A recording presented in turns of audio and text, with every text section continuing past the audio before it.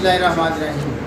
Today we are going to learn indefinite pronouns. Indefinite pronouns.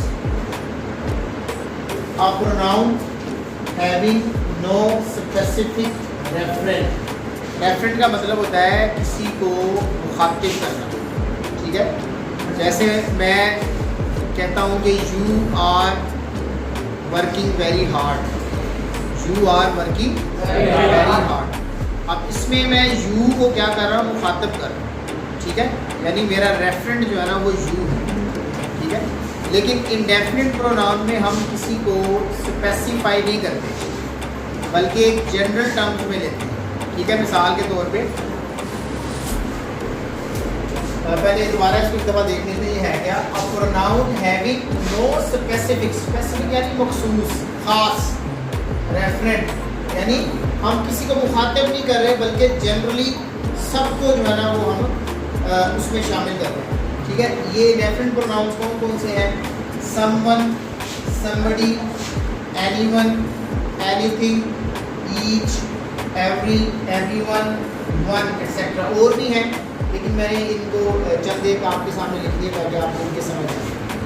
मज़ीद इसको clarify करने के लिए, इसको समझने के लिए मैंने कुछ एग्जांपल्स यहाँ पे लिखी हुई हैं, उनको आपने बड़े ध्यान से जो है ना वो देखना है और समझना है। The first example is everybody enjoys a good movie. Everybody enjoys a good movie. अब इसमें जो इंडेफिनिट प्रोनाउन है ना वो है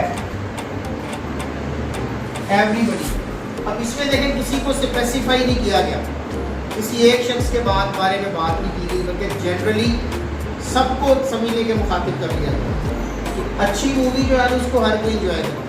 तो everybody enjoys a good movie में everybody is an indefinite pronoun. Similarly in the second sentence, is there anything that I can do, क्या कोई काम है जो कि मैं सर अंजाम दे सकता हूँ। इसमें इंडेफिनिट प्रोनाउन क्या होगा, क्या होगा? एनीथिंग, क्या ऐसी कोई चीज़ है या कोई ऐसा काम है जो कि मैं सर अंजाम दे सकता हूँ। उसने ये नहीं कहा कैन आई कुक या can I drive a car, यानी अगर वो ड्राइव उसने कह दिया या कुक का वर्ड उसने यूज़ कर लिया तो ये रेफरेंट आ गया, उसने रेफर कर दिया, किसी चीज़ का उसने नाम ले लिया, किसी काम का नाम ले लिया उसने।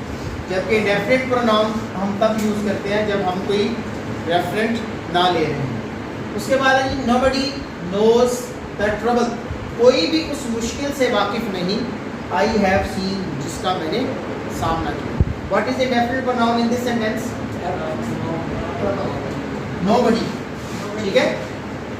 इसमें ये नहीं वो कह रहा कि he does not know the trouble या Ali does not know the trouble. अगर मैं अली या ही यूज़ कर लेता हूँ तो इसका मतलब है कि मैंने रेफरेंट ले लिया, किसी को मुखातिब कर लिया, ठीक है। नोबडी यूज़ करने का मतलब है कि मैं किसी को मुखातिब नहीं कर रहा, मैं सबके बारे में कह रहा हूँ, कोई भी नहीं जानता। The last sentence is the secret Raj was known by few. Few का मतलब ना होने के बराबर, चंद एक या किसी बहुत कम, कुछ, ठीक है। The secret was known by few, असल में जब फ्यू अकेला आता है तो इसका मतलब ना होने के बराबर होता है, जब आता है ना आ फ्यू तो इसका मतलब है चंद एक। इसका भी मतलब बनता है कि राज को कोई भी नहीं जानता, ठीक है। जहाँ पे फ्यू, नोबडी, एनीथिंग और एवरीबडी ये सारे क्या है, indefinite pronoun. Thank you very much.